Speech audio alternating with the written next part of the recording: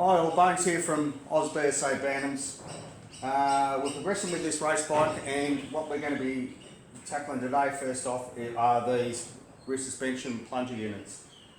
So what I will do, as you can see, they've come off the bike, they weren't clean the other day. I'll give them, and the reason they weren't clean the other day because I was cleaning everything in soap and water rather than degreasing, and these are chockers full of grease. So what I'll do is I'll get in today, clean them, pull them down, measure them, make sure everything's alright, and then hopefully go for a reassemble so they can just sit on the shelf and wait to be put back with the frame. First look over everything, when I disassembled it, it actually looks alright, but we're about to find out. So let's get stuck into it.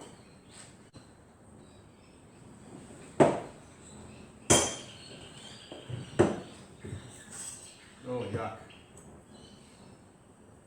You got these chockers, that grease is as hard as. Okay, these are, the slides are just a little bit tight, but it's coming out, no worries. There's nothing really hanging it up, just 70 years of having sat there, I suppose.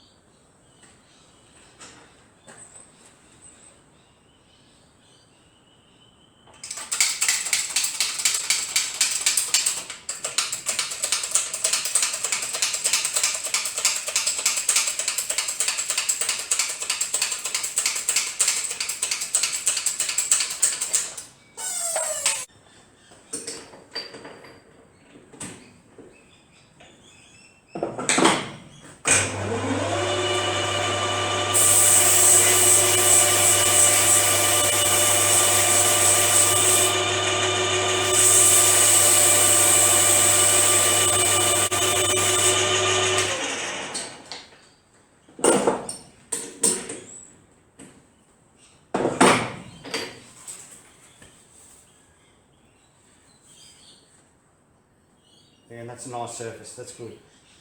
We'll clean the grit out of that again. That'll have to go back in the wash bath now because it's had the emery paper over it, so it's got grit on it. But yeah, that's good.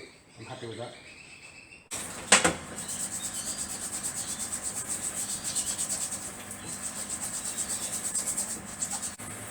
Okay, we've cleaned all our components.